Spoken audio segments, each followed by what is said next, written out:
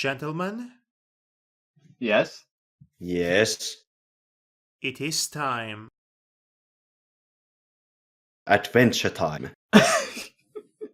Long ago in a distant past, I, Ixis Nagas, unleashed an unspeakable control, but the foolish Sidrian maiden, wielding 7 emeralds, stepped forth to oppose me. Before the final strike was struck, she opened an interdimensional portal and sucked me into another dimension where my control is low. Now I seek to return to the Mobius and undo the future that was made by that Sidrian. I cannot believe you did that. This is the greatest!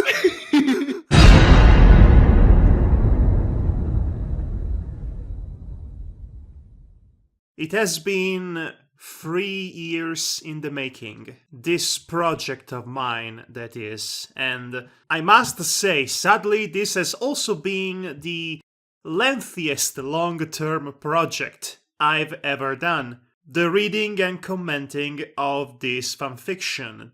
This very fanfiction that I wrote more than 10 years ago. Yay!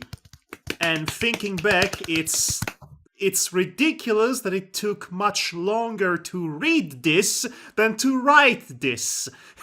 It's mesmerizing. Well, I can only imagine that.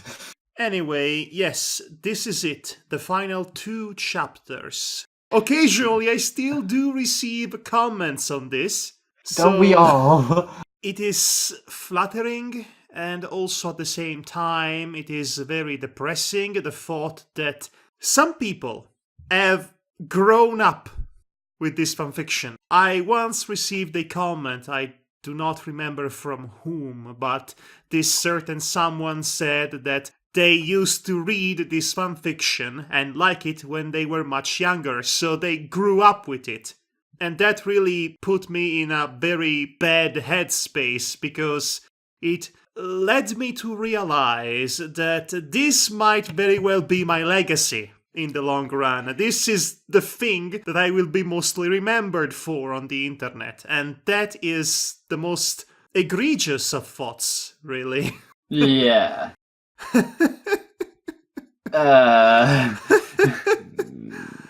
But here we are, one way or the other, we made it this far. I'm afraid that we have to redesign the fanfiction's visuals. I'm so sorry, everyone. Okay,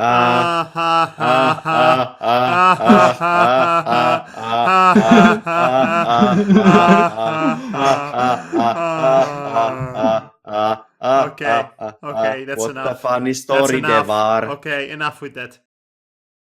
Let's begin. It shall be an emotional roller coaster. Twists, turns, catharsis, and pathos. All of that we shall not have. Instead... Now, come into my fanfiction. What? Come into my fanfiction now. Read it. Sexist Nagus is coming. Come and taste my recipe. Chapter 9. What happened? A genuine question indeed. For some reason that went beyond their understandings. All of her understandings. She was now fully awake. She could see her surroundings. She noticed the ice and the crystal shards. She noticed the coldness and dread emptiness of this ancient charade of a world. In the distance she could hear, "Let it go, let it go." Gosh. I'm very crossed. She noticed their immobility. She's been frozen today! She's been encased inside a frosted coffin. But why was she there? Have some ice. Where was Tails? Where were all the others? Where was her? Where was the grammar? Yes. Yes, Beautiful all the sentence. grammar disappeared. Beautiful sentence composition. Okay, guys, I think we need to... Devar, I'm going to crunch you to death with the sheer strength of my will, okay? That joke was not funny the first time. A second time will not be a renaissance. I was going to say, we should probably put up some missing posters of Madhog's grammar. Have you seen it? Yes, let's put it on the milk carton. Ooh, that was certainly a thing Yes. back in the day.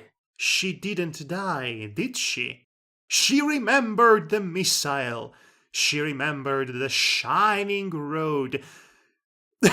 And the tender moment she had with her favorite Vulpine. The tears, the kiss, the goodbye. What occurred after it was a total void in her mind. She said the secret word! Hey! I thought the secret word this week was sociopath. No, that's another show. Void. That name again. Just who was Void? A relative? A son? It's weird that's quite your a leap. second guess. Yes. And then, clear as the day went, well, unless it's good old England, Ayo. or I mean, even my country, this day the weather is all sorts of whack, which is not surprising.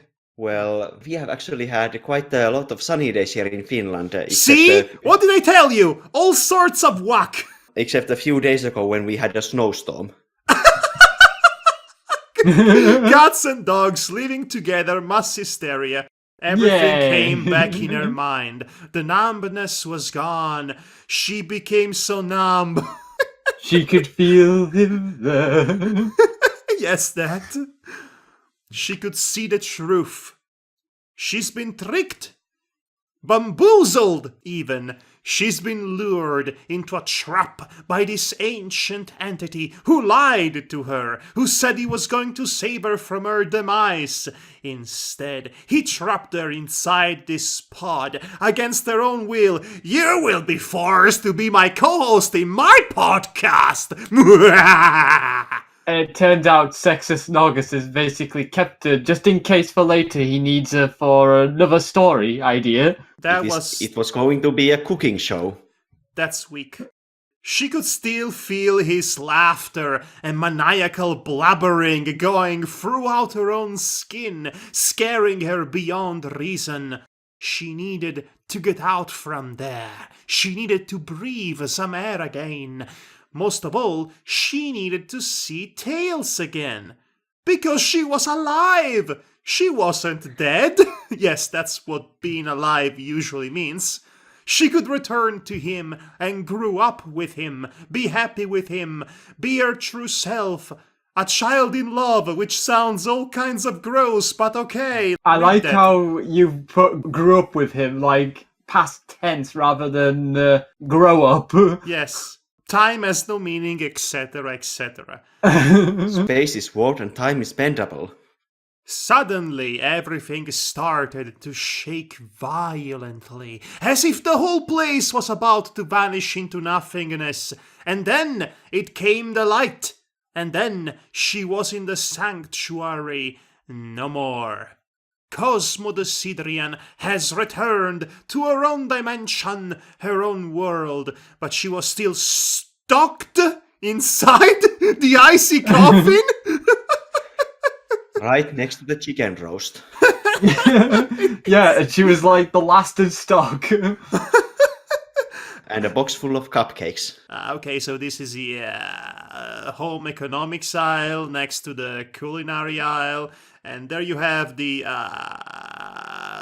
original section. Sonic OC characters aisle. Donut steal.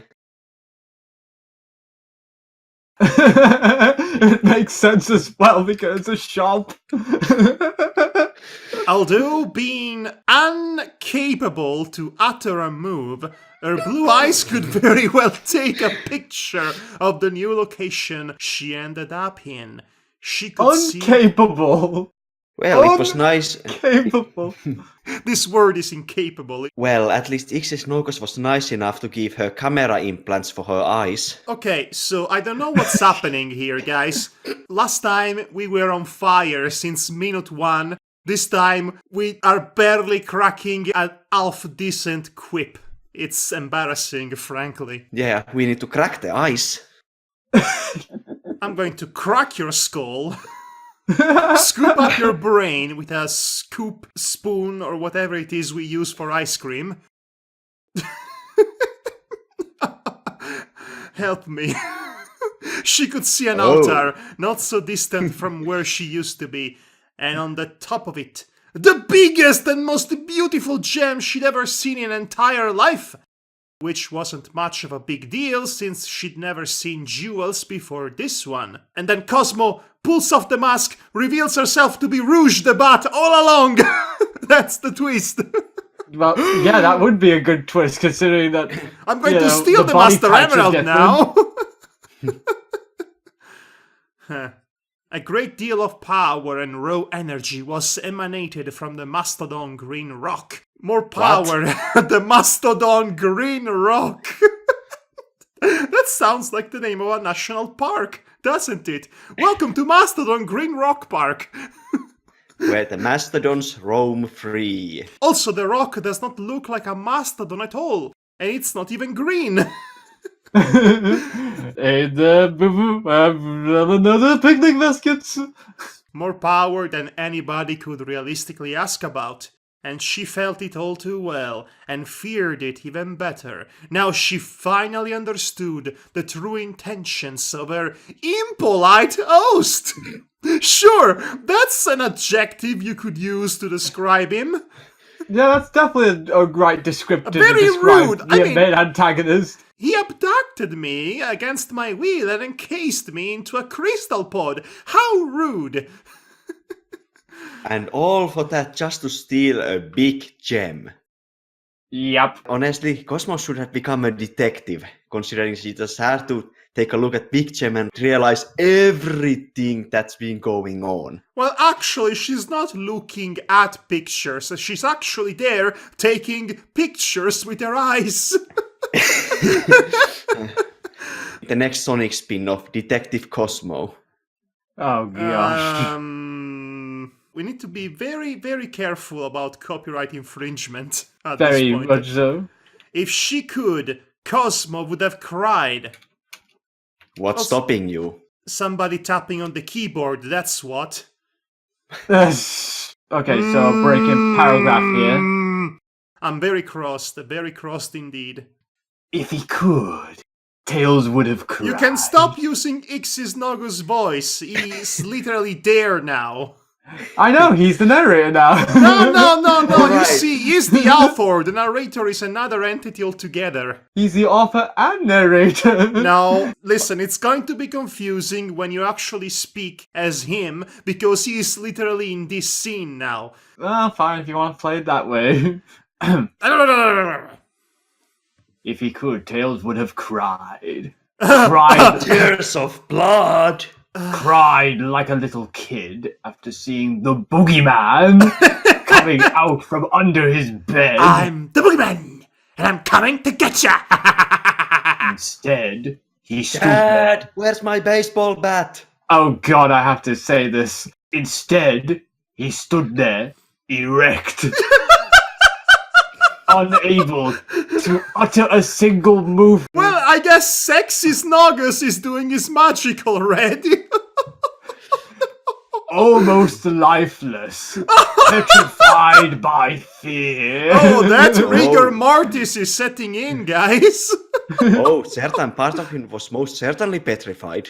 Oh, God. Oh gosh. Why did I use this word? Of all I the think we are- words! Past Madhog was just extremely horny while writing this. Yes, but that's besides the point. I think that is the point. No, it is not the point. That's tangential to the point. It's parallel to the point. It's perpendicular words to the point. You are right. It is not the point, it is the hole. He Freaking was hell! right. He was right in front of him. Oh Not even a meter away from where he was.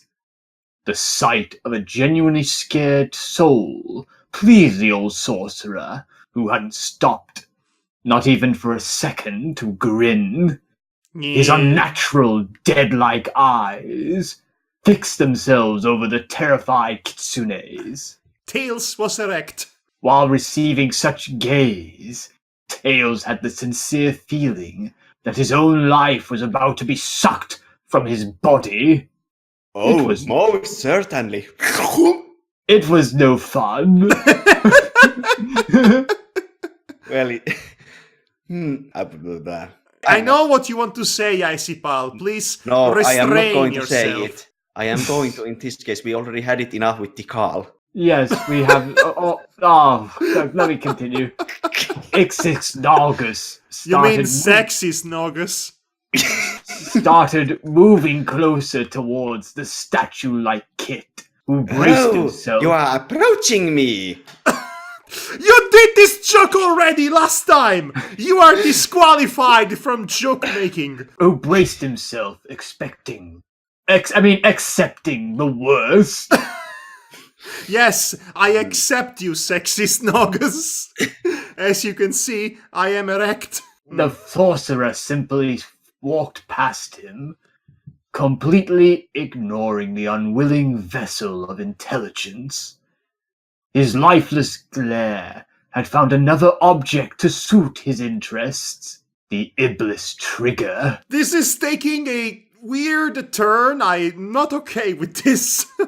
I'm not okay with this. Somehow, Tails resumed his previous motion abilities and slowly, but still trembling, turned again to follow Naugus's movements with his gaze. By now, the crab-handed sorcerer was standing tall, observing his adopted prodigy. Prodigy? Prodigy. Prodigy? Prodigy. Say the word again. Prodigy. Okay, say it faster now. Prodigy. Okay. Is this another nuclear option? Devar, say nuclear. Nuclear? Guys! No, There okay. are no two U's in nuclear. Okay, Guys, now say prodigy again. Prodigy. Okay, now say tragedy. Tragedy. Okay. You redeemed Okay, yourself. guys, I'm putting this to bed finally, that I have said nuclear for many years, and my parents, who are very insistent I say my words properly, have never once corrected me on that word. I love you so much, Devar. Please continue. Okay. And best served You mean the word nuclear? right into his black, wide eyes. I can feel Devar's disapproving glare. You two do not know English. Well, we are bilingual. What's your excuse? I grew up with English. Yes, what is your excuse? I have speech and language issues. Okay, let me continue, please, for the love of... Yes, let us continue, please, indeed. Void bowed himself before his No need master. to get nuclear on us.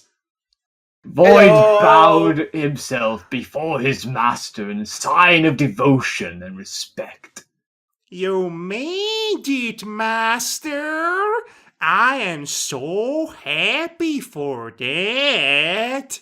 He said while performing the reverence. Okay, is he dancing while he says that?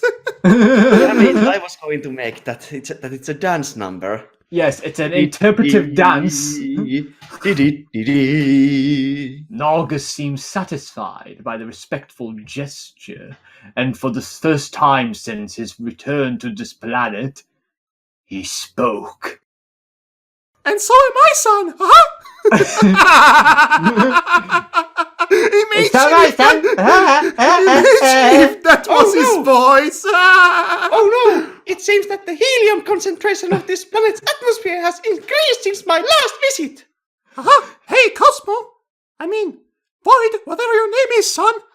Let's conquer the world. Let's get all the franchises and IPs. And govern media for all generations to come. Then Let's make we $1 shall billion. exterminate our worst enemies, Amazon and Google.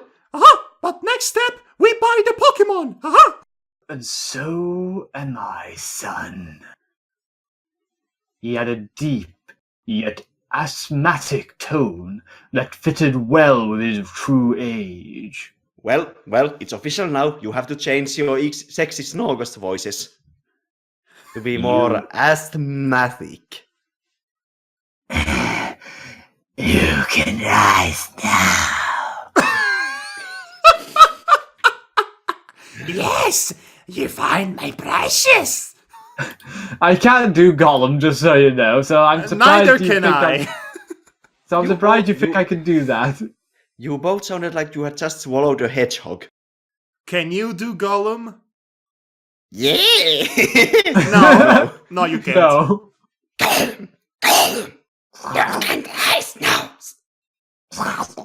The Cedrian did so. His expression immediately changed from worshipping to enthusiastic. Okay, this line. Can you heal Cosmo now? Can ya? Can ya? He begged like a little child who wanted a new toy.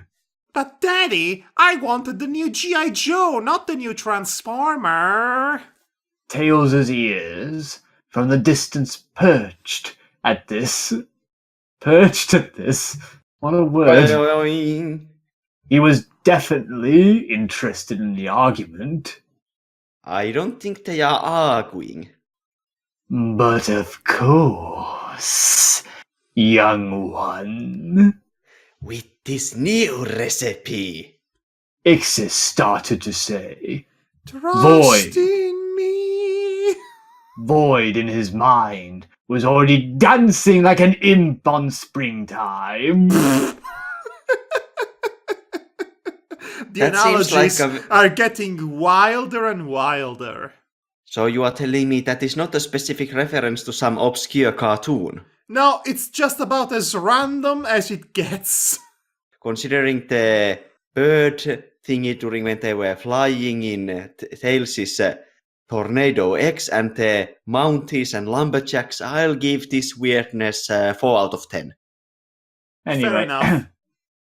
However, the sorcerer continued, a serious expression on his twisted face. Void's mental display of happiness stopped immediately. I really need to use the bathroom right now. I haven't taken a dump in like 10,000 years. After 10,000 years, I can finally use the bathroom! I already made the Ritari Palsa joke last I time. know, Get your own material. You made it, and I improved upon it. You're welcome. That is debatable. But I am the one in control, so the debate is over. I win. No, you are not. Sexist August is in control, remember? He took over the fanfic. I was sexist Nagus all along! No, you are not. Okay, Devari's been trying to say something for about 1 minute now, so let's have him say that something. Go on, Devar. This joke reminds And anyway, so as I was saying... this joke reminds me too much of that Austin Powers joke. The one where basically he was in cryogenically frozen for decades. You know, I was right in trying to impede you all this time. I shall continue to do so. Yeah, sure.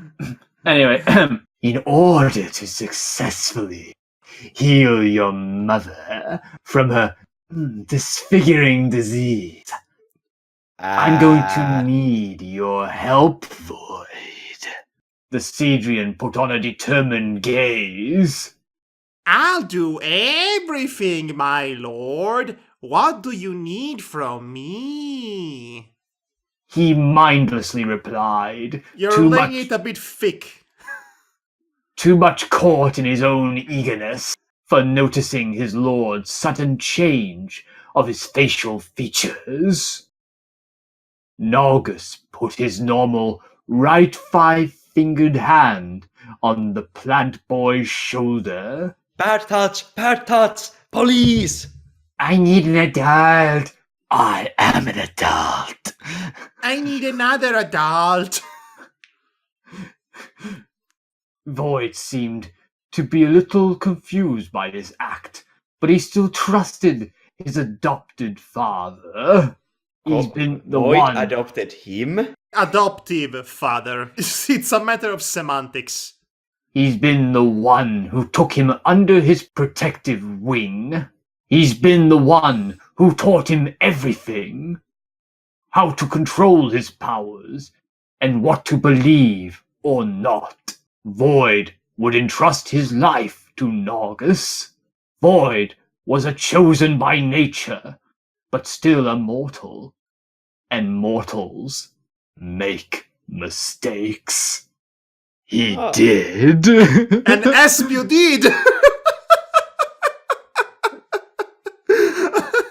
I can't believe you wrote it like this. He did! And so did Espio. Espio did! Slowly, the sorcerer's head turned to his back and glanced fiercely at the still petrified figure of Tails, who by now was shaking madly. Naugus just Tails! Angry! Tails smash! Naugus just smiled at him. A mischievous smile. An evil smile. A sexy smile. And then realization came a knockin'. I mean... Hello? Hello? Who's this? Oh, well, hello there. I be Realization. I'm here to knock at your door. Oh, well, thank you for that. Goodbye. I was joking on that line. It's actually... Realization dawned inside the Vulpine's mind. The ancient god turned his head again and stared at the now doubtful teen he was holding by his left shoulder, finally answering his previous question. All I need. He paused. He smirked. He grinned. He did a little dance. Had a little fun. Get down tonight. Get down Open the tonight. door, get on the floor, everybody walk the dinosaur. It's your life force. Whoa, curse your sudden and inevitable betrayal. I totally did not see this coming. Curse your sudden but inevitable Firefly reference. I totally did not see that coming. Your soul will be mine. You will be next. You will die, Liu Kang. I mean, Void. After all, he is the chosen one. And then... Ellipsis. And so... More ellipsis. The Iblis Trigger fulfilled his role. The first Cedrian sealed Naugus away, and the last one freed him and fed him. You know, I never realized that sexist Naugus was vegetarian. Damn it. Well, the boy is a big lick. Naugus is a herbivore, confirmed. He could not feel anything. The scream of terror of his younger father. The dumbest sentence imaginable. The laughter of his traitorous master.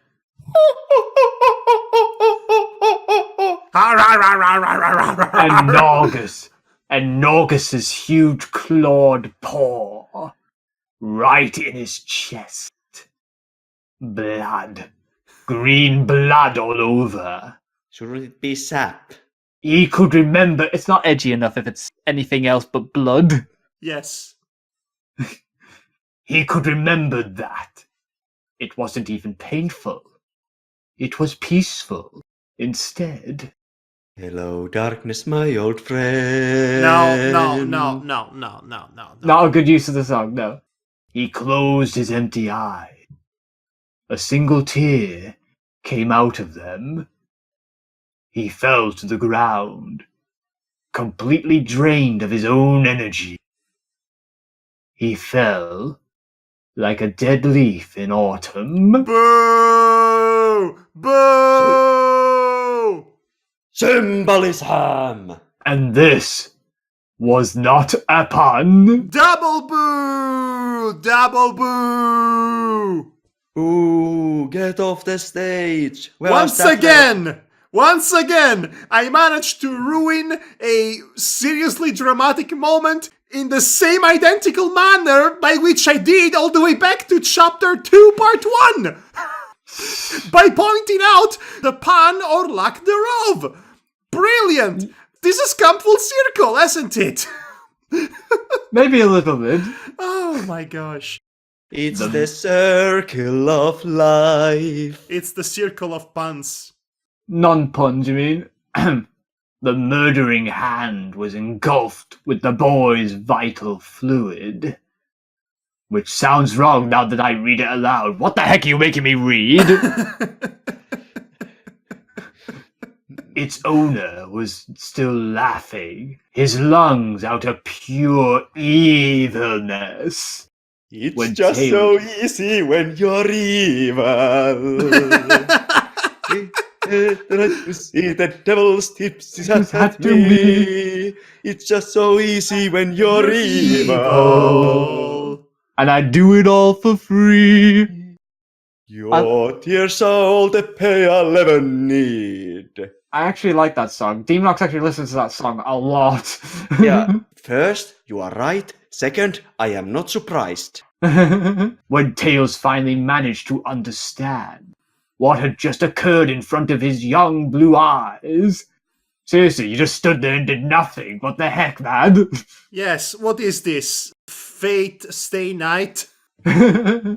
He witnessed the cold assassination of his unwilling son. You die when you're killed. I do not think unwilling is the right word quite here, because Well, he seemed didn't quite want to be willing. his son, but he's biologically his son. That's why it's unwilling. He saw his killer spear him with his claw. Spear! And drain the energy out of his body. And now I'm just thinking if Nagas basically does a big run of and then comes back to spear him, like, go! Go! Yes, he spears him right through the old SmackDown set, and then they replaced it next week with the big fist.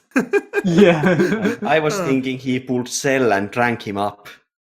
We don't appreciate your Dragon Ball Z reference around these parts. Up to it. Don't He worry, saw- I have many JoJo's Bizarre Adventures references to compensate. Great, no one will get them. I shall pose and lick a cherry. Yes, basically the same two references over and over again. He saw the demon laughing madly at his handiwork. He He also saw himself standing and doing nothing. He's having an out-of-body experience, it would seem. It is nothing. Nothing! It seemed to be the story of his life. He would try and fight for what he believed. Try and fight for defending the people he would love. And every time he would miserably failed. Okay, so this is Void's big dramatic death scene, and you're stealing his spotlight! You're stealing his spotlight, Tails! It's all about you, isn't it? You're diverting the focus of the scene to yourself, you furry-sue, you! There is nothing dramatic about any of this. Well, This In was so the- badly and heavily foreshadowed that everyone was expecting it. well, you see, when I say dramatic, I You meant mean it... climactic? I meant it in theory. But that's good too. Well, it's just a theory. Okay, let's continue with this self-pity fest he's about to go on. All Olé! around me are familiar faces. He couldn't save his parents. He couldn't save Cosmo. And he couldn't save her son. Tails fell on his knees, just like before. If he could, he would have cried. He couldn't do it.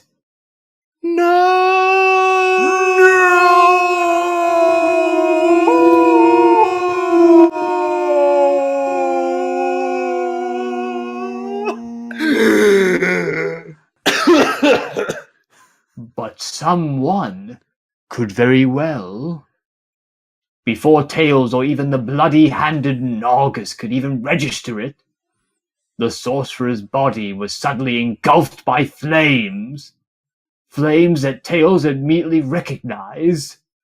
Blaze came out of nowhere. She was visibly traumatized and enraged at the same time. Her whole body was surrounded by flames, and her once yellow eyes were now red like the hell she brought with her. Her fur was red. I like this line. The hell she brought with her. The only thing I would say is that probably should move her fur was red alongside with the red eyes part. So, you end the line with the hell she brought with her. So, Yes, it's a much better composed line like that. Yeah. But otherwise, that's actually is a decent line. Thank you. I'll take it. She was Blaze no more. Actually, she's a Blaze more than ever. Now she is Super Blaze. Now she's the cursed Bakiniko, which is back. Or the thing I'm gonna say, the cursed Baconeckle. The cursed Baconeckle. Would you like my recipe for the Baconeckle? The monster cat, the beast of flames, was back. I'm back. And Better than ever. Her fury was a sight to behold, among other things.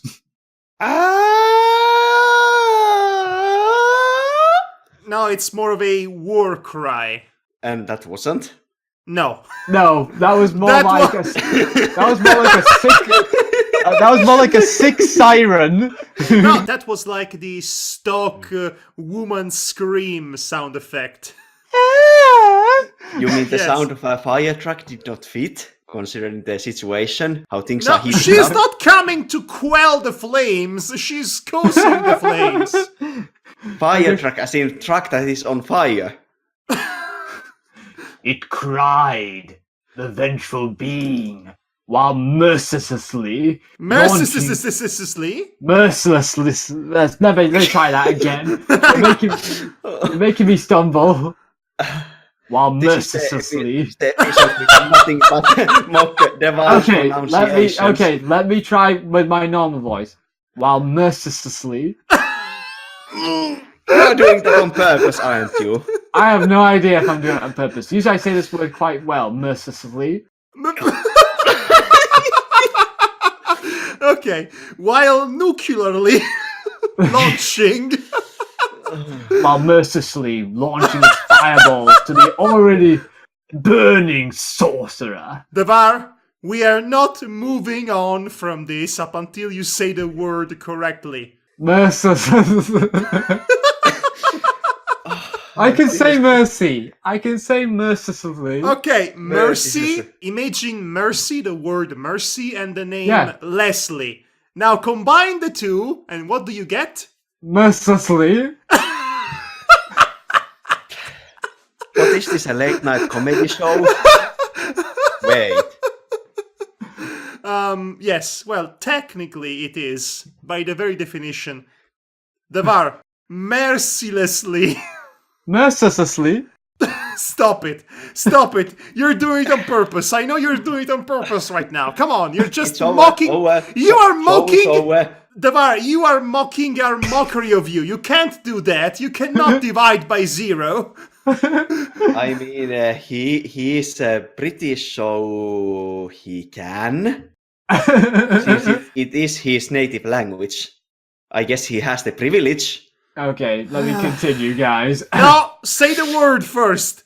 Mercilessly, okay. Okay, good. Thank you. Thank Already you. enough. burning sauce. Let's go.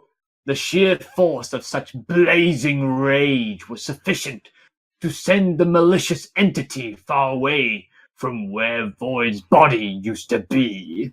Wait, so he did actually eat him. He absorbed his energy, as Matti would say. absorbed his essence. And his Yes. body apparently, since he's no longer there. Well, he is a plant, so maybe he just withered. Huh. That's actually a good point. No, but there is a body, actually. But then why does this say that it Because used to be the there? grammar is bad. That's why. I think that would have been a cool visual, though, just basically a withered plant. When the flames settled down, the familiar form of the lilac feline kneeled down to the limp form of her companion. Well, he's no longer erect, at least. The one who saved her soul from eternal damnation. The one that captured her heart.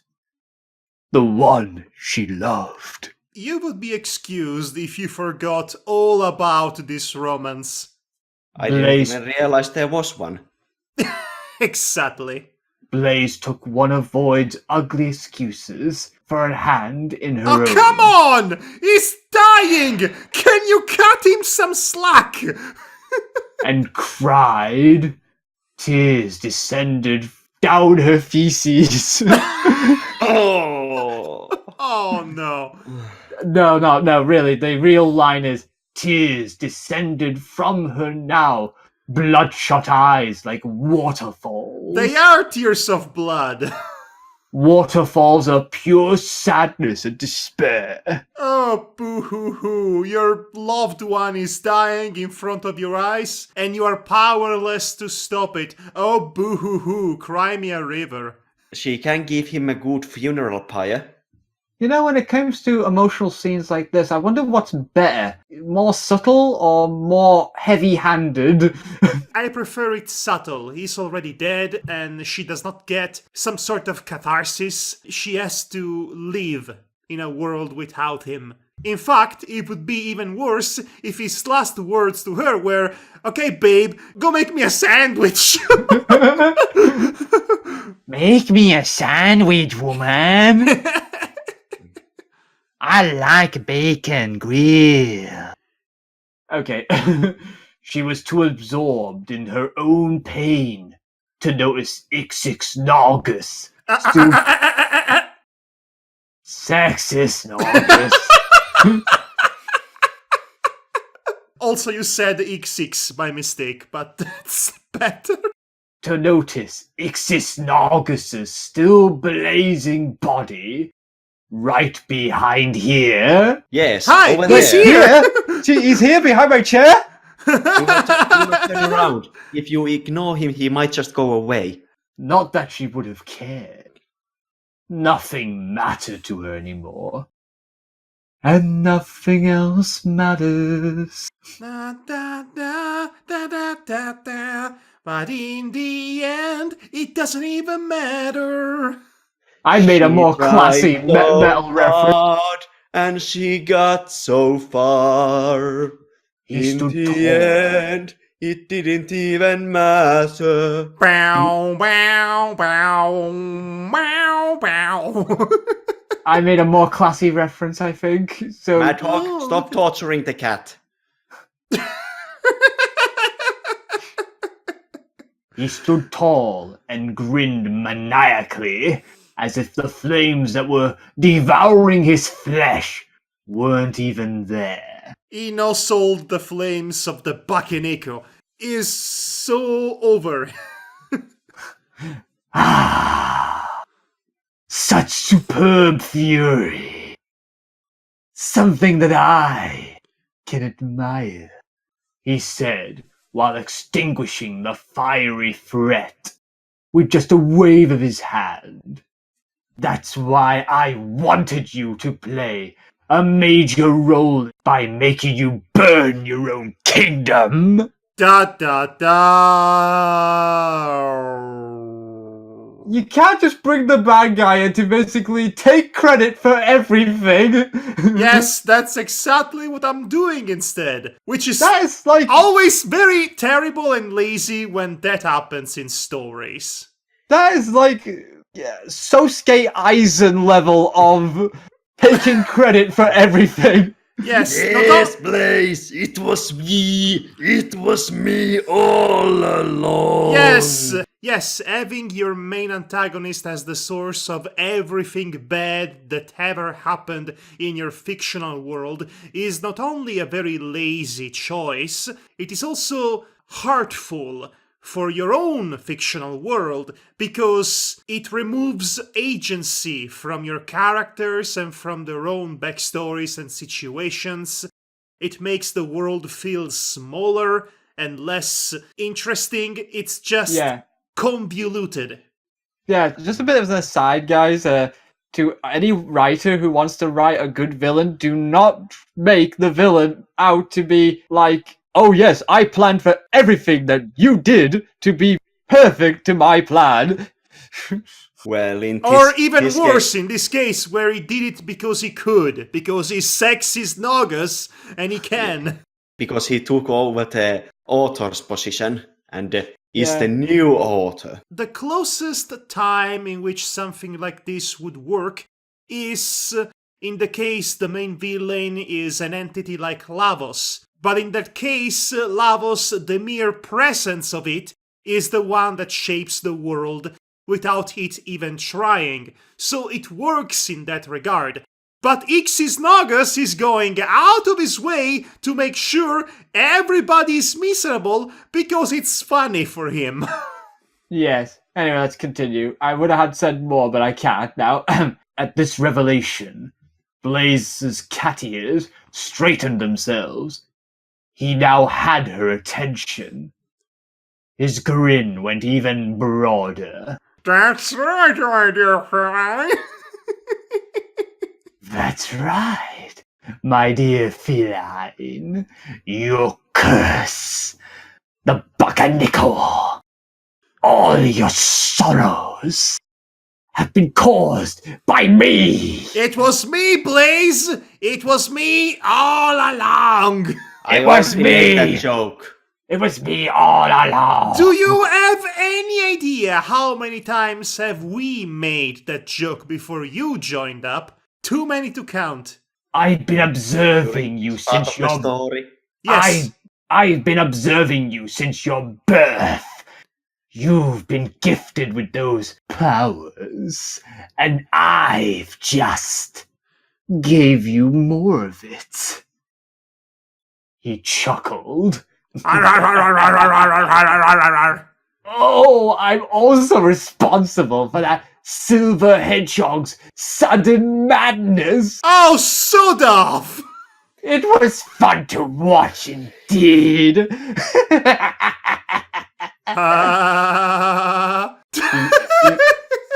He added, clearly glad of himself. You know, if he was this powerful with all his mind-altering powers, why didn't he just immediately take control over everyone, have them release him from his prison? That's a very good question, my friend. And the answer is, then we wouldn't have the story. No, Icipal. The real answer is chaos. Oh, I am stretching my hand to strangle you. all Blaze's sufferance and misfortune, all the pain and the solitude, all the emotions that she's been forced to deny. It was all the doing of a terribly written villain. No, it was all the doing of one deranged author. That is also the villain. Individual. Yes, individual. The cat's girl's eyes were wide open. The tears had stopped, and her body felt pain no more. Why? Good question, why? She simply asked, without diverting her gaze from her beloved Cedrian, even though earlier you said her gaze went to him, but okay. No. Her attention was to him, but never diverted her gaze. Because I can. Because even a god can be bored. Because everything exists for my own amusement. His simple answer. You bastard! No, sorry, that wasn't my line. You bastard! A newcomer's voice roared and Knuckles out of nowhere. Knuckles out of nowhere! Pissed-offable form darted toward the deceiving god with murderous intentions depicted in his amethyst eyes. With a single move of his human hand, Naugus was able to block the enraged Echidna in midair. What? Shouted the now bewildered red rodent, while desperately trying to reach the sorcerer's face. To no avail. I've already told you, vessel of strength. I control chaos itself! Yelled the single-horned dark mage. With another move of his hand, the poor Echidna's neck started to be strangled by his own dreadlocked quills. Mondo cool. Mondo Supremo. I'm trying to warm up the voice. Let him go! The ever so grinning Naugus turned his head toward the voice's direction. In the same time, Sonic curled himself into a ball and performed his spin dash attack, willing to hit his target dead on. While still holding the strangling Knuckles in the air, Ix6's crab-like hand clapped and the speedy hedgehog's ball runs tragically ended on the heavy surface of a sudden ice-made wall. Okay, so he's a powerful telepath. He has telekinesis. Yeah, elemental conjuring, I would say. He's immune to fire. Fire was affecting him, and so I'd say it's not immunity to fire, but the high-speed regeneration. The impact was violent, and Sonic found himself unable to move after it. The fact that he was not anymore made of flesh and bones didn't help him greatly. Naugus. So, say whatever you want about the effectiveness of Blaze's attack, at least she had the common sense of not tell his enemy that she's attacking. Actually, she literally yelled at him. It was the biggest yell and screech in this entire chapter. What are you talking about? Naugus laughed. Because at least it happened at the same time she attacked, not before. Oh, so you mean to tell me she did not announce her attack before attacking? She attacked while announcing herself. Mm-hmm. Which is somehow better? Better than first announcing your attack and then attacking. But I think that Sonic and Knuckles were both already doing their move while they were yelling. Mm-hmm. Anyway. Let's debate about this the entire night. Yes. August laughed again. His evil, loud laughter echoed inside the sensitive, foxy ears of a certain two-tailed kit, not very distant from where he used to be. This particular fox finally decided that he couldn't take it anymore. Couldn't take it anymore. Nagas! Uh-oh, Tails is going through puberty, watch out! Cried Tails, right before spinning his namesakes and launching himself toward the object of his current misery. At breakneck speed, tears of rage were loosed from his aqua eyes. Ix6 Naugus looked absolutely unfazed.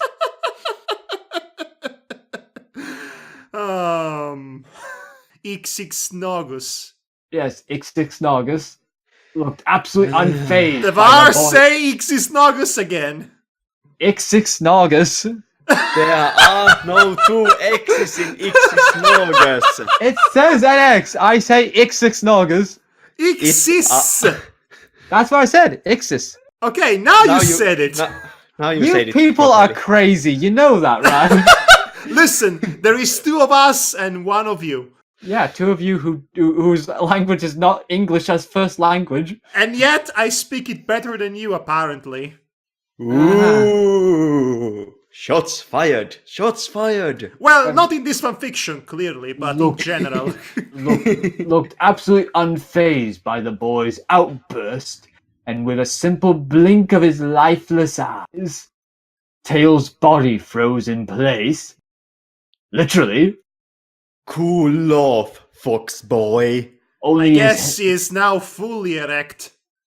only his head was left free by the unmerciful frostbite. Such courage and such foolishness. You dare defy God? The sorcerer taunted with Knuckles still in his grasp. He got bored of the echidna and decided to shot him over his previously placed anti-hedgehog wall. Once again, it was a violent impact, and the Red Warrior immediately lost his consciousness. Damn you. Yeah. Why did you do that to Void? Cried the unfrozen head of the desperate Kitsune. The ancient entity looked down at the former Iblis Trigger's body and at his feline companion, who was still mourning on him, not over him, on him. Well, she is on him, literally. Yes, so technically this is not incorrect. I know, but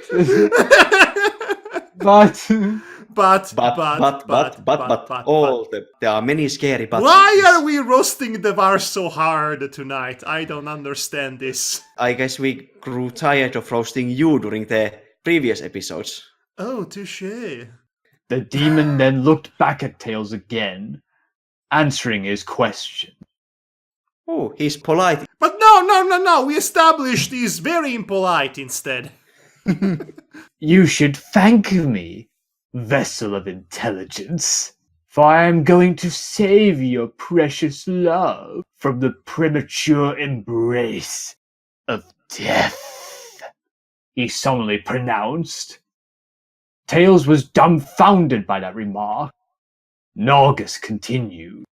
I cannot hear the last syllables of words from you anymore. Remark becomes remar, and continued becomes continue. Tails was dumbfounded by that remark. Naugus continued. Better? Yes. When she broke the interdimensional rift, she sacrificed her own life.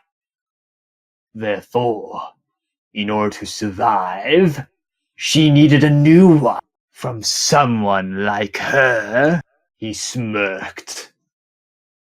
As you could see, I now possess the required energy, and I will be able to heal her.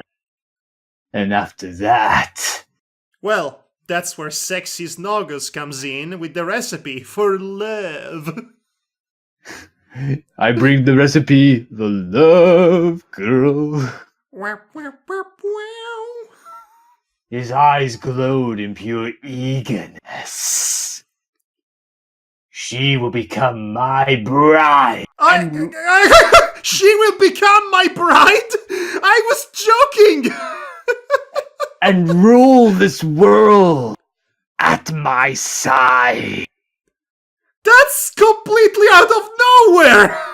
I want... Okay, now, Devar, I cannot hear you anymore. Yes, I too heard that of not hearing. Devar? Yes, Ah, you are still there. I was waiting for it to pass. Okay, I'm going to ask you, can you actually repeat the entire sentence, she will become my bride? Okay. She will become my bride. Repeat this again, please. Emphasize Right. bride. Jesus Christ. She will become my bride and rule this world. You keep cutting on the word bride. She will become my bride and rule this world at my side.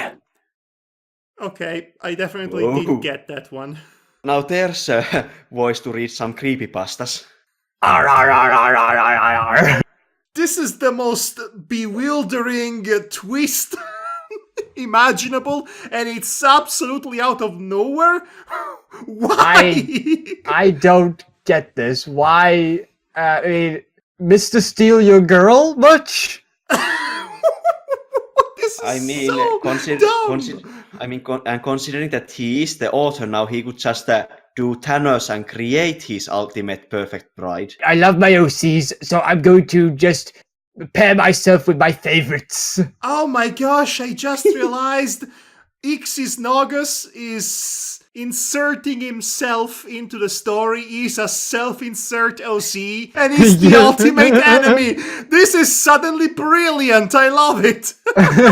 He started off as an outside of the story entity interfering with the author. Now he has completely forced himself into this story, and he has claimed the authorship of the entire universe and fiction because he's a Mary Sue, and that's what Mary Sues do. To say that Tails was feeling sick and disgusted beyond any form of conceivable reason would still not be enough to describe the Vulpine's true feelings.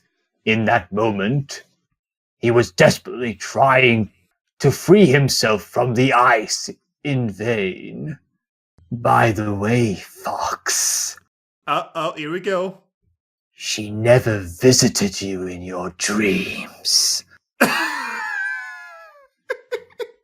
You mean you dress up as Cosmo? Yes. Oh no.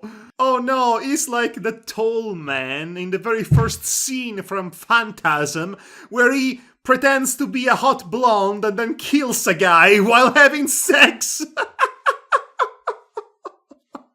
He suddenly declared. Tails was now even more shocked. In order to successfully play your role in this novel, you needed proper motivation. That's why I impersonated your beloved Cosmo and told you everything you needed to know about me and my scheme. And when you tried to stop me, you caused my liberation. Everything you did was part of my plot. You never had free will. All of you were just puppets in a god's hands. In my hands. This is some Bleach shenanigans, let me tell you. Chaos, mayos, potato, tomato ketchup. Simply the most boring and predictable villainous monologue imaginable. Aha! This was all part of my plan, and you all played your part in my plan, which was my plan, and my plan succeeded. Aha! Aha! Plan around my plan so that I could plan around the plan you are planning around my plan. My Because plan my is plan. great. Ah. That sentence basically destroyed what was left of the frozen Kitsune's spirit, who by now had stopped his attempts to escape from his prison. Naugus was pleased. Someone else, however, was not. Enough with this! The sorcerer's gaze was now fixed on the newcomer.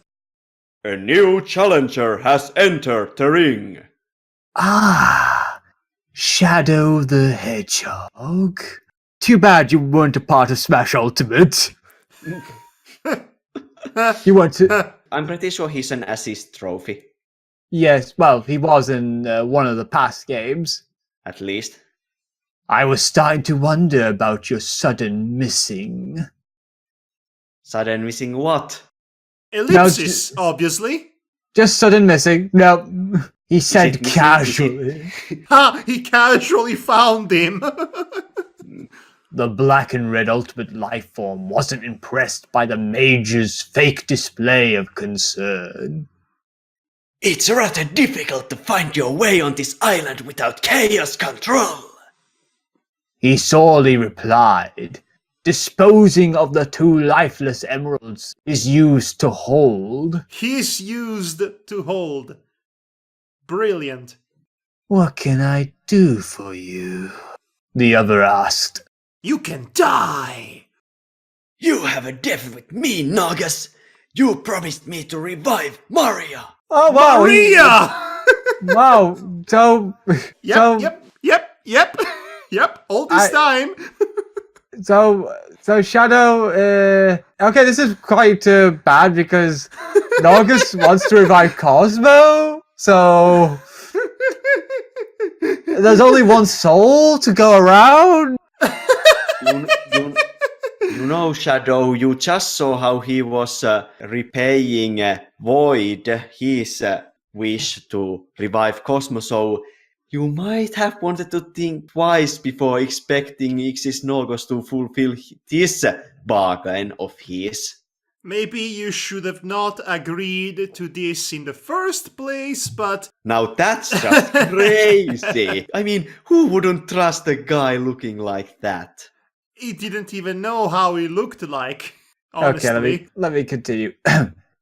He practically yelled, clearly annoyed by his employee's short memory. In fact, come to think of it, he never either heard from him or seen him in the first place. Void has been the mouthpiece all along. So he had to agree to something like that through a mediator. This is why you read the fine print. At that, Ixix Nagus put on a diabolical smirk. Well... Okay, done. Not exactly, my dear ally. I did promise that I was going to reunite you. I never mentioned a resurrection affair, did I? Oh, you got me there, Ixis Nagus, old pal. Also, Devar, you cut off again. I couldn't hear the you with Maria portion. It's fine. It's fine. Shadow's crimson eyes widen. You know, but it would have been more better if Norgus actually killed him and then just said, I didn't say anything about a resurrection affair, did I? Just to, drive that home. Okay. Shadow's crimson eyes widen. Norgus's deadly brown ones glowed. And a thunder hit the not-so-ultimate life form. Dead on. For the power of Grayskull! Oh, God! Shadow the Hedgehog fell on the ground without a lament. Huh. Well, that's what you get for yelling Shazam. Now you two can finally be together. In hell! When I read it in hell, I can't help but think of Randy Orton saying that. Everyone does. Everyone pronounces it the same way. You see, Maria is not up there. Maria is down here in hell! Ugh, that was bad. This world's Iblis laughed.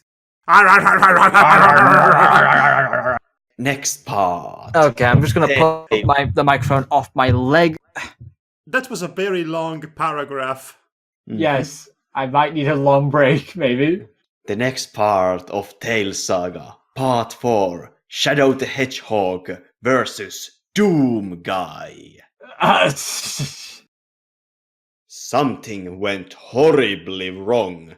Amy Rose could feel it. Something happened to someone, somewhere. I can tell because of my woman's intuition. Yeah, I can totally feel it. Yes, something is happening to somewhere, to someone. Whoa. Yeah, deep. Yes, okay, sure. Oh, that's great clairvoyance there, Amy. 100% correct. She couldn't tell what, who, or where. She just knew it and feared it. And fear happened to be the key word in that moment. The blood, the dead, the screams. Ah, no, I'm dying. Oh, it's all the blood. Oh, no, the blood. No. Oh, My no, blood's save falling me, out of me. Oh I'm dead.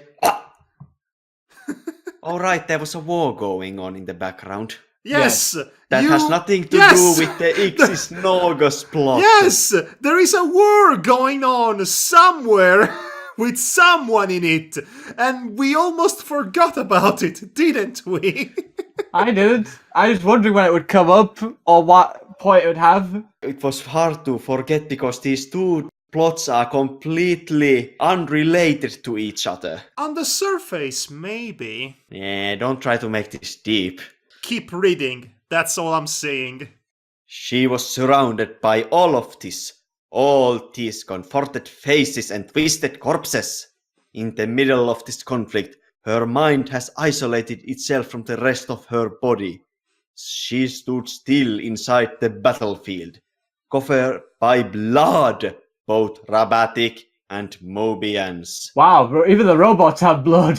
We spent an inordinate amount of time debating whether robots had blood or not in the very first chapter of the first part of this entire reading 3 years ago. What is blood? Baby, don't hurt me. Don't hurt me no more. Anyway, That- let's carry on. That doesn't work, and I'm going to cut it because it's not funny. She suffered a trauma with capital T. Okay, another one? They keep That was- compiling. That was painfully clear. She could still, however, see her surroundings. Well, it's almost as if war is bad, you guys. You don't say. I could have never imagined. We're having a platoon moment with cartoon animal characters. They were all still fighting around there. Espio had several wounds on his body and his chameleon horn was broken, but he refused to surrender. Uncounted mechanical corpses lied on his feet, and even more were about to join the improvised junkyard. Rotor lost one of his legs and was currently out of commission. You know, for a character that has absolutely no importance or impact whatsoever in this entire story, he sure keeps popping out a lot. Yep, he sure does.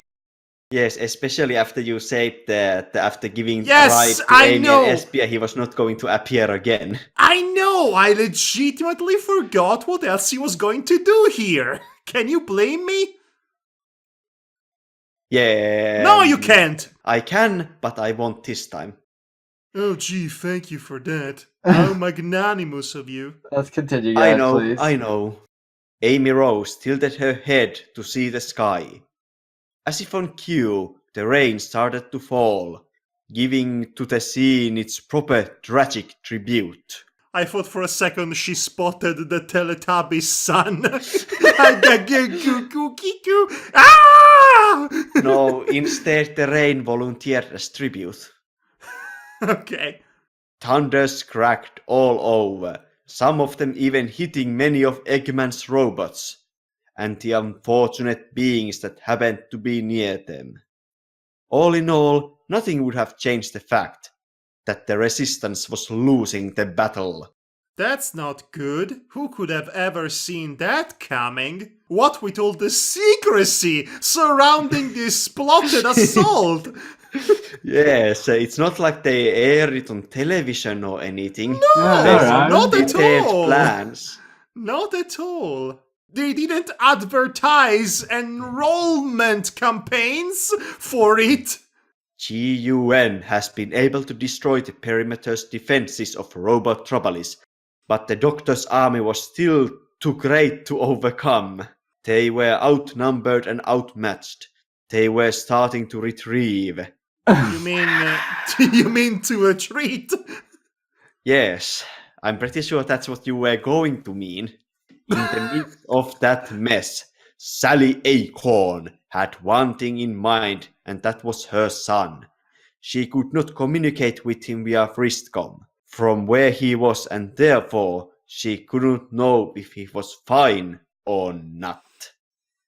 One thing was certain though, their only hope to win now was the power of the Chaos Emeralds. Well, I've got some bad news for you, Sally. Yeah, about that. Yikes. You're not real. Well, also that. But in a less metatextual sense, the Chaos Emeralds are gone. Well, good news, Sally Acorn, is that the Robotnik is going to lose. Bad news is that you are all going to lose in the claws of sexy Snogus. Oh my. He starts making out with Dr. Eggman. Oh, that's weird for several reasons, but okay. She didn't even want to finish that thought. She trusted her boy's abilities and courage.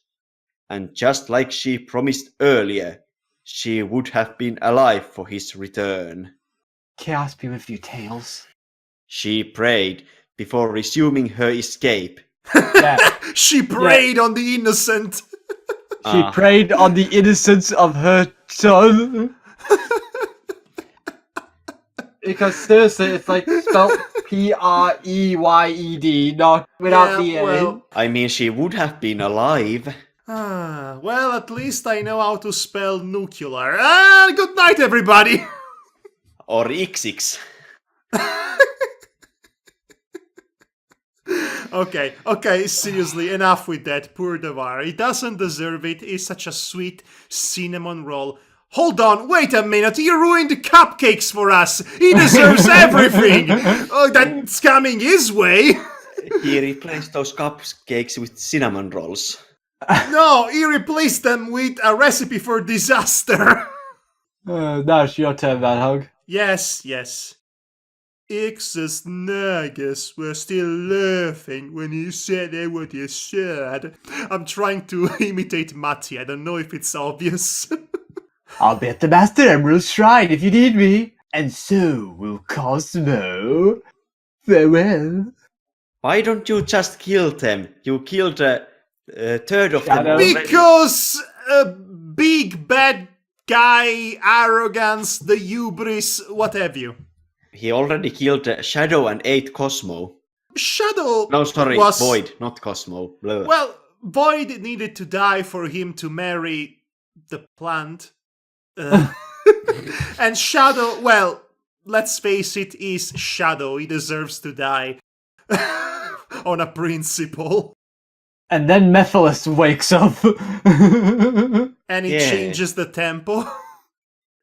Then he just disappeared. In the same time, both Knuckles and Sonic regained their consciousness, and Tails' frozen prison melted, freeing him. The three of them exchanged looks with each other without saying anything, without wanting or having anything to say.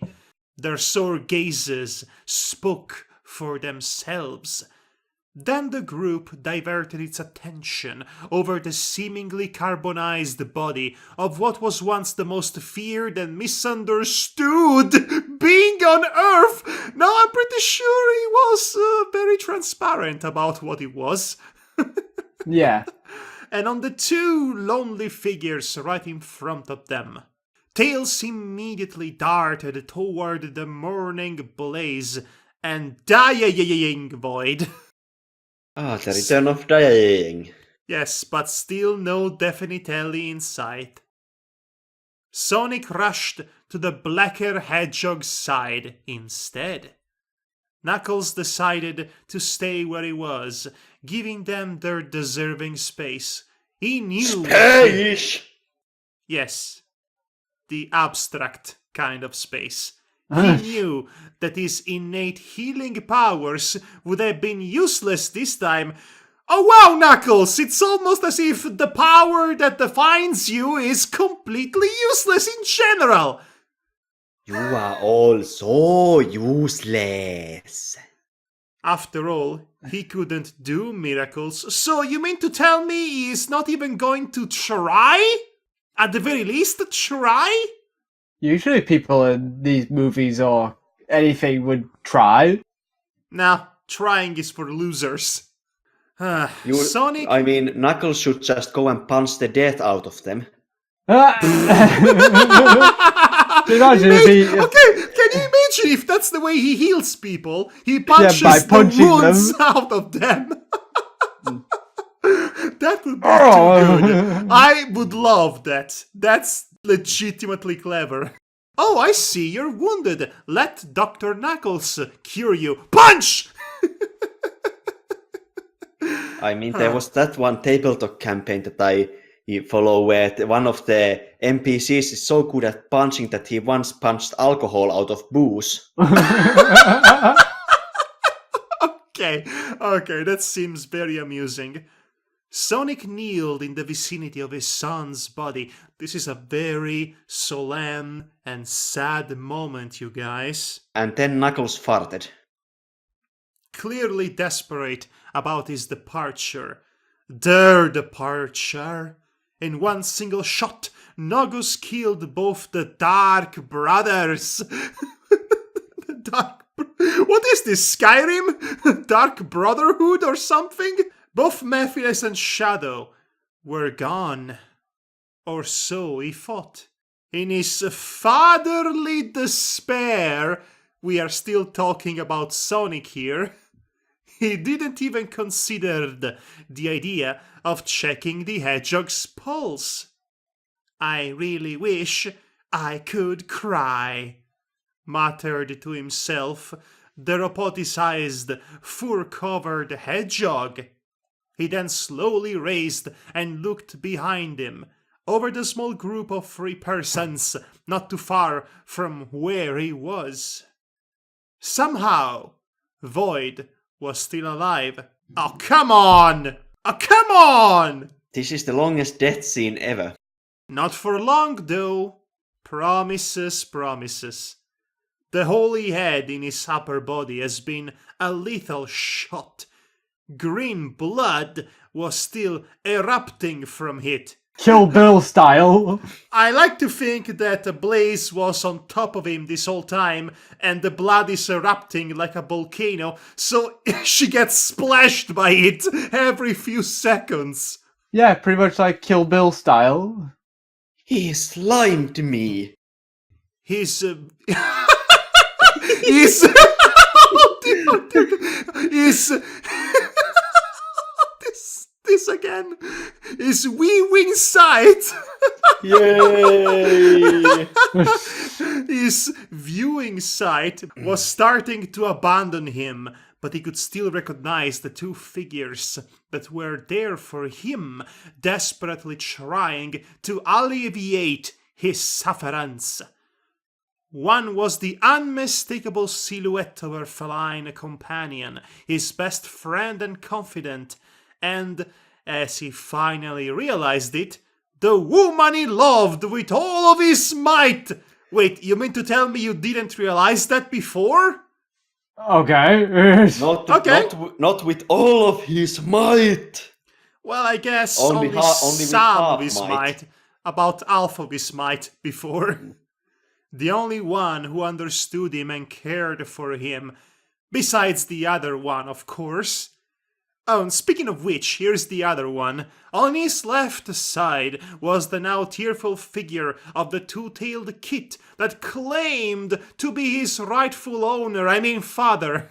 The one who tried to warn him about his former master's real intentions. The one he chose to ignore. He was feeling sick with himself for letting his real father down, for letting Blaze down, for letting everybody considered important down. But most importantly, Void, you let yourself down. Weak. He felt bad even for Shadow and that silver guy. Oh yes! Remember that silver guy was a massive psychopath who wanted to cockily cock every woman alive? The self-proclaimed gene spreader? Gene spreader? Oh no, that was Ixisnago's doing too. He had Da-da-da-da. no agency whatsoever. None. I hate this so much. In the end, all of them have been nothing more than chosen characters of a novel, as chaotic as it could seem. The novel, that is, he tried to spook. I am so sorry, cough. Cough. Cough. He spat some blood.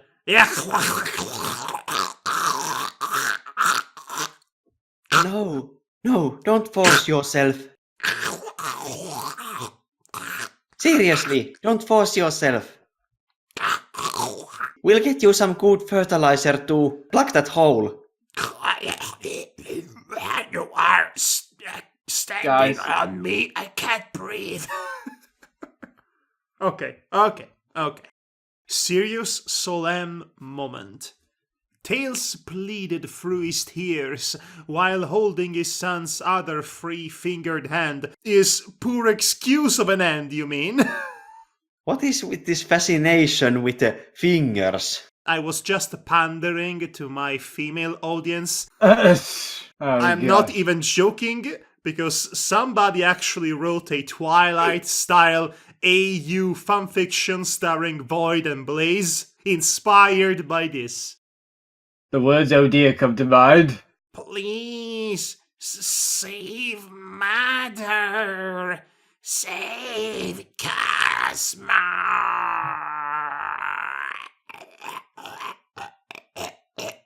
He managed to say all of that. I will. No, it won't end like this. Everybody fixed their bewildered gazes over the now flaming form of Blaze the cat, especially Tails and Void. She transformed again. Her fur changed from violet to red, and her eyes became full white. This time, however, the Bakiniku was not driven by fury, only by sadness and love. We're in love. It's the power of love. Oh boy. You, Icipal, Me? you have demolished one of our favorite recurring gags. You monster. It wasn't mine. But you always completed shut it! down. You always completed it! It was our thing, and you ruined it! You monster! Anyway, I'm over it. She quietly smiled at her long-time foxy friend and former freedom fighter's comrade. Tails, it's better for you to stay away from us now. She suggested without a threatening tone. Tails, although bemused, did as he was told and went far away from the two lovers. Is this distant enough? A bit more? Is this distant enough? A bit more? Is This is what you mean by a distant enough? relationship, right? What? I said this is what you mean by a distant relationship, right? What? Is this distant enough? I can't hear you. You are too far away. She muttered a thank you to him. He nodded, and then he just observed the scene along with Sonic and Knuckles. Nichols. Knuckles. Nichols. Nickelback. Nickelback the echidna. Oh gosh. The blazing princess was caressing the Sidrian's forehead. Don't worry.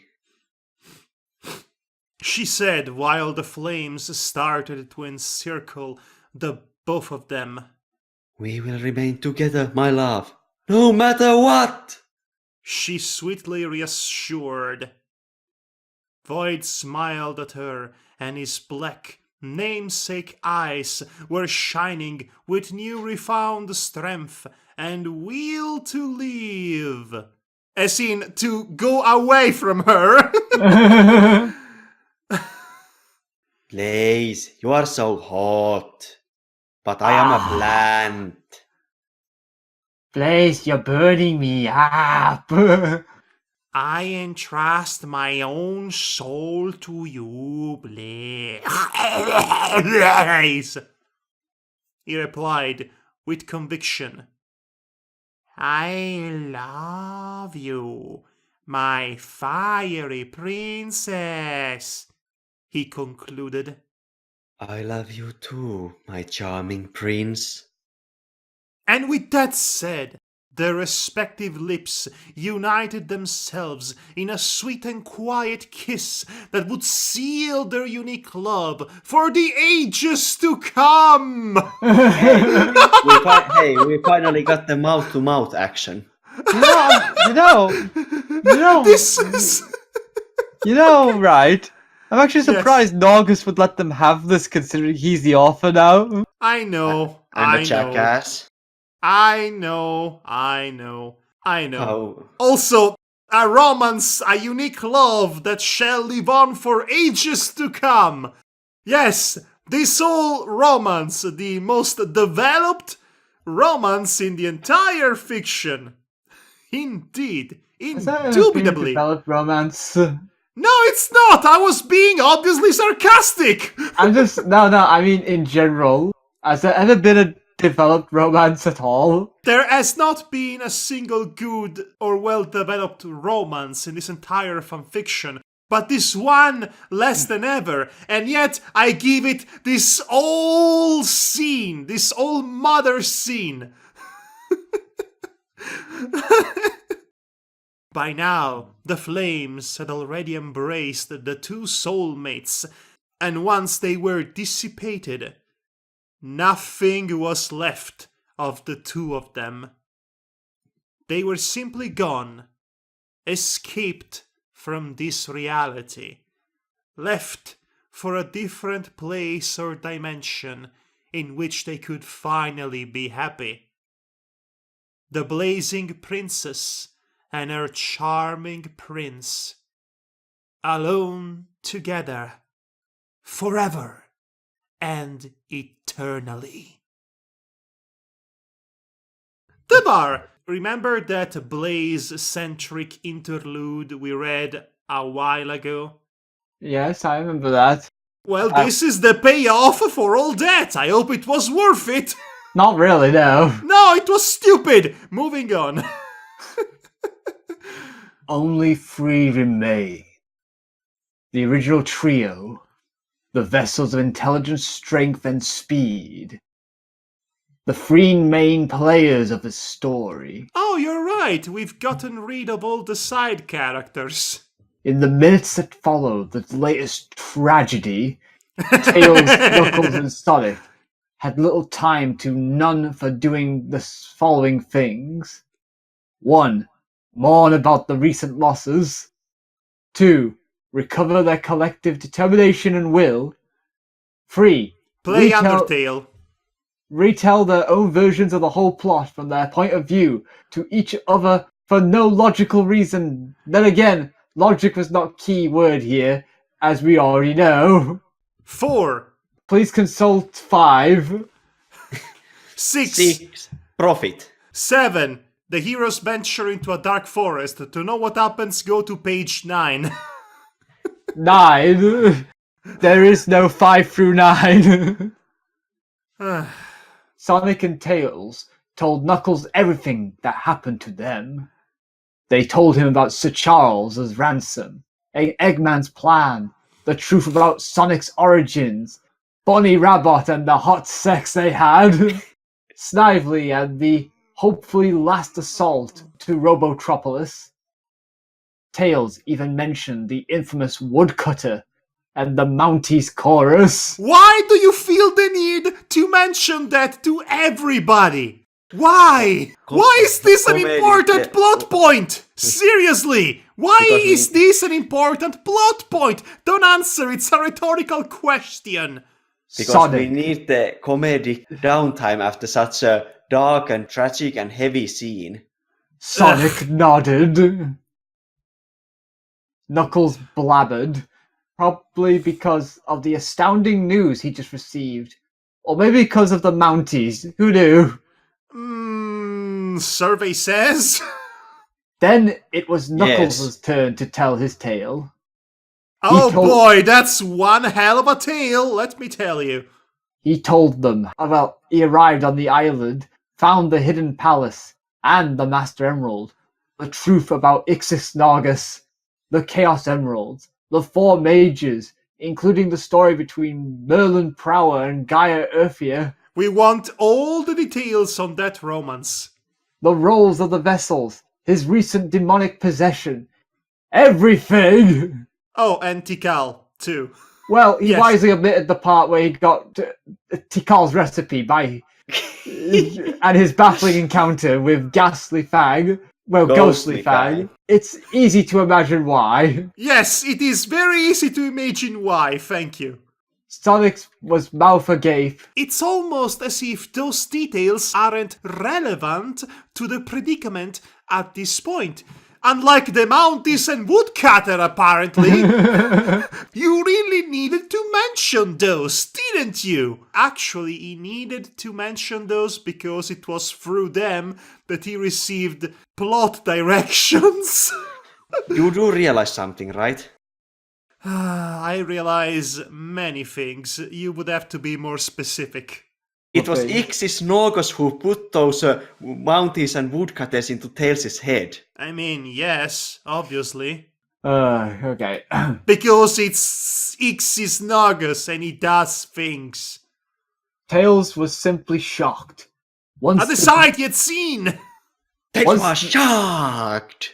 Once the gruesome and rather improbable news managed to sink inside the fox's brain, a very interesting theory started to take shape, and a whole new, confident expression crossed the Vulpine's face. The other two noticed it and nodded in approval, confident as well. They exchanged looks and smirks. They would not go down without a fight. That was for certain. Their respective minds were focused and settled on the very objects that would have provided them the motivation they needed. Tails was focused on Cosmo.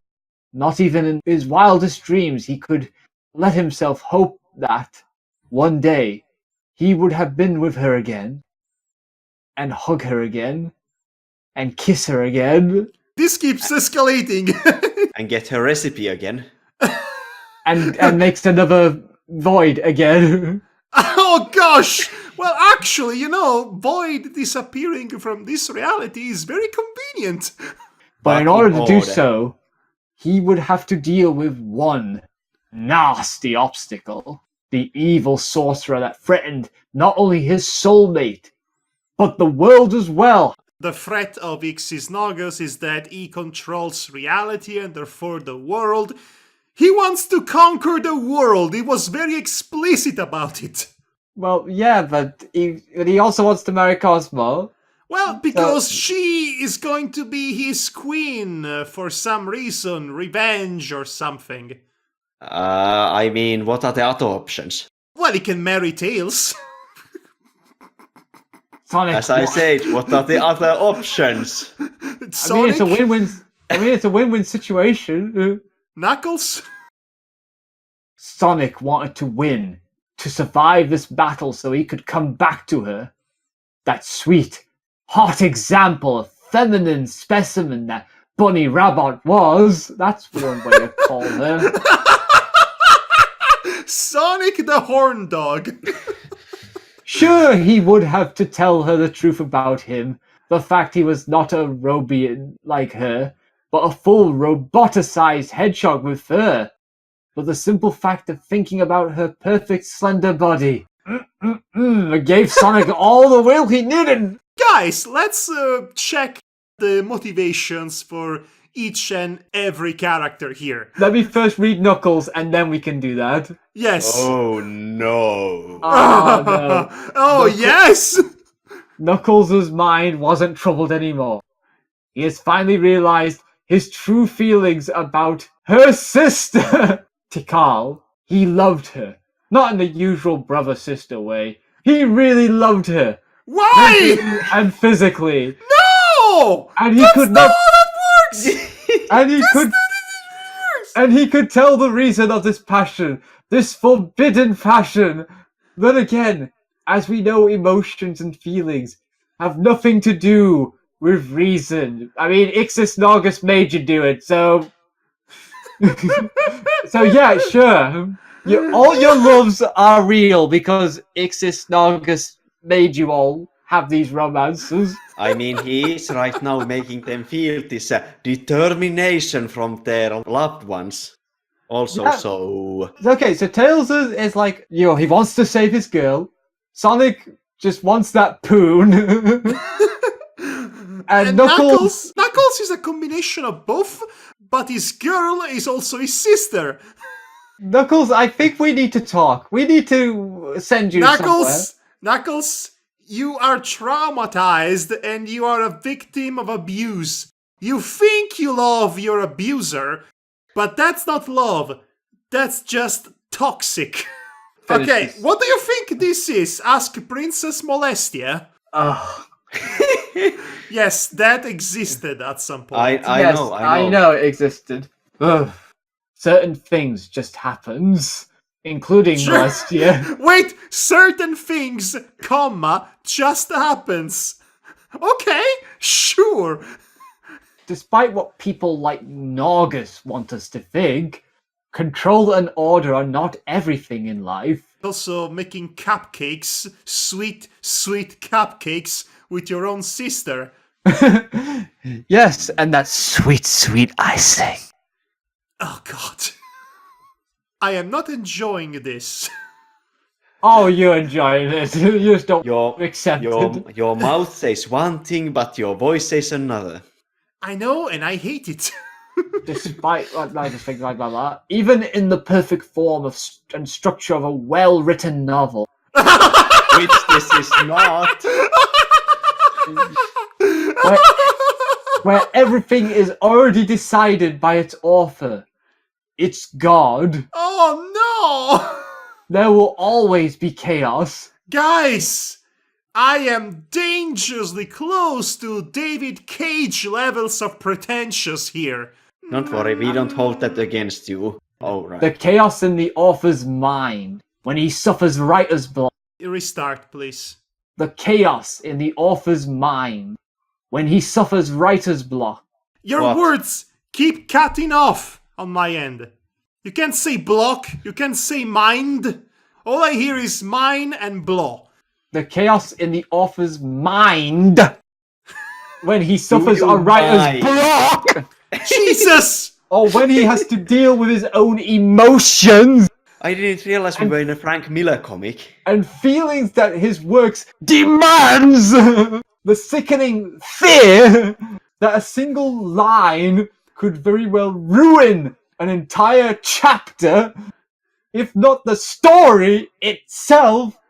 And finally, the complicated and suffering relationship between the writer and his characters, whether being original or not. I am confounded by this. In the end, is it the God that controls this world? Oh no. Or is it the world that controls his God? Oh, look at me! I am the writer! I am the author of this fanfiction that a couple of people like. I am God! Worship my greatness! For I have understood everything about life and the writer's process, and I knew of all the troubles and tribulations of a writer and his relationship with his own characters, even though they are not his own characters, but who cares? He's writing them! They are his! Aha! I tried to find this answer. Oh, great. So now we're not even pretending anymore. We didn't just go beyond the veil. No. We took the veil and shattered it and tattered it completely. I tried to achieve absolute control to avoid chaos. And it is because of my undeniable sin that Norgus stole my role. I've understood one thing. It's nice that the author joins in on the character development. Yes, the author has been the real main character all along. Anything of this would have ever happened if I just would have accepted the chaos that lives inside of me. The chaos that this fascinating yet incomprehensible world is made of. Madhog, have you accepted the chaos that lives inside of you? This is my thesis statement for my own personal philosophy. And therefore, the freedom that we all could have if we only wanted it and fight for it. Are you still accepting the chaos that lives inside of you?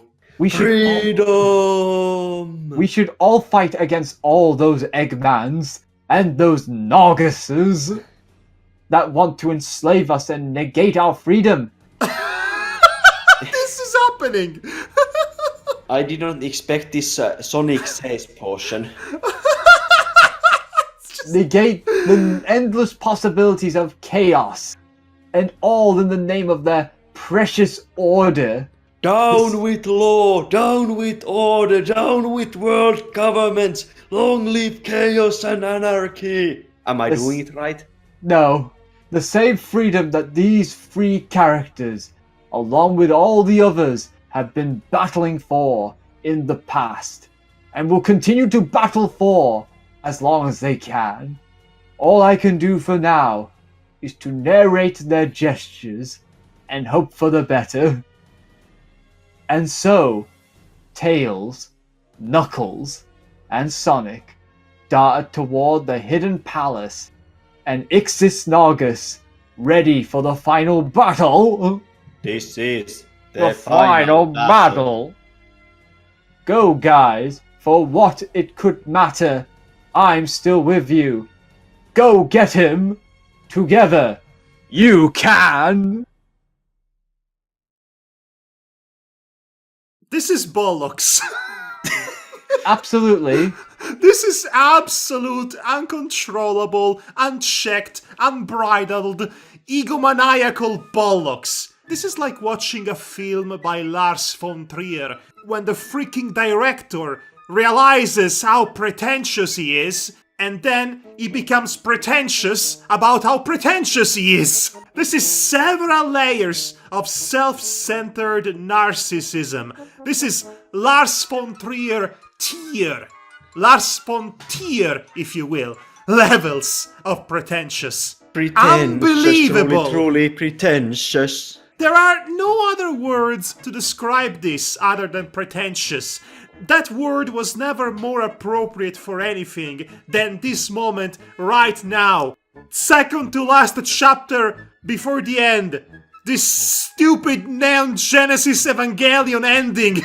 Just plastered all over ourselves, splurging on us, as if the writer is masturbating right in front of us, and we shall only be so grateful as to receive his seed of wisdom right in our throats, in our deep throats. You do this on purpose now. Yes, I am, of course. The horny Madhog of the past is... The horny Madhog of the past is essentially, is cockily cocking. With all his might. This is so bad, you guys.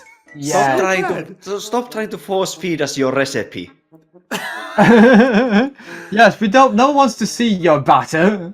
I am just confounded and aggravated by this. I knew it was coming, but still, rereading it now, it was so much worse than I could have anticipated.